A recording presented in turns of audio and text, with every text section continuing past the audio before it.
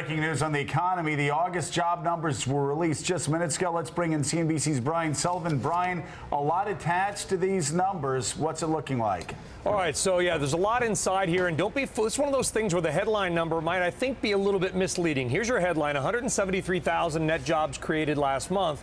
That was pretty significantly below the overall estimate of around 220. Right? You know what? Here's the thing. I don't think it is horrible, and I'll tell you why. A couple reasons, Joe. The headline miss sounds like a bad thing, but this is why you got to dig in. You get this 20-page thing you got to go through. Number one, July's numbers were revised up 30,000. The last 2 months, a combined revision up of 44,000. That pretty much closes the gap on the miss. Number two, the unemployment rate declining to 5.1% from 5.3%. It doesn't make sense that it would drop 0.3% unless job participation collapsed, which would suggest the economy's weak. What's job participation looking like in this survey? Listen, the labor force participation rate is still low over the last 30 years.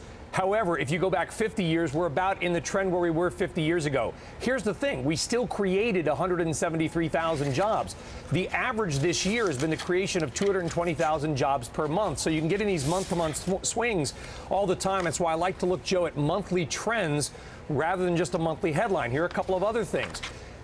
Manufacturing, well, mining, which I don't know why the BLS, which is the Bureau of Labor Statistics, does this. They consider oil and gas mining. So that's the name they give it. It's not really mining, I suppose. That fell again, 9,000. 90,000 oil and gas jobs have officially been lost since the beginning of the year. So because oil has come down and we've stopped drilling as many rigs, oil and gas employment has really been the drag. Outside of that, we've seen job gains in nearly every other sector of the economy. Here's the best part. What they consider discouraged workers, people kind of gave up.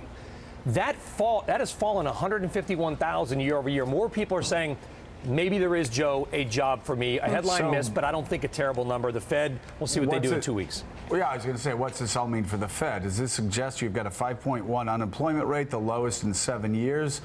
Does that mean the markets today are going to react negatively because it looks like the Fed is going to raise interest rates for the first time in 7 years? You know, ironically, as I tweeted out this morning, a huge big jobs number would have been bad for stocks probably. This probably keeps the Fed not raising rates in play. Markets like what we call in the financial community ZIRP, zero interest rate policy. Futures are indicating a down open, but this number actually might be in the sweet spot for stocks because it doesn't necessarily signal the Fed either way, Joe. Yeah, isn't finance fun? Yeah, I mean, if 300,000 new jobs were added, then you'd know the Fed was going to raise rates. I think they will anyway. Would go down today. Yeah, I think they will anyway. Brian, thank you so much. Yep. Greatly appreciated as always. Gene, really quickly, history's written in broad strokes. Yeah. You look at a 5.1% unemployment rate.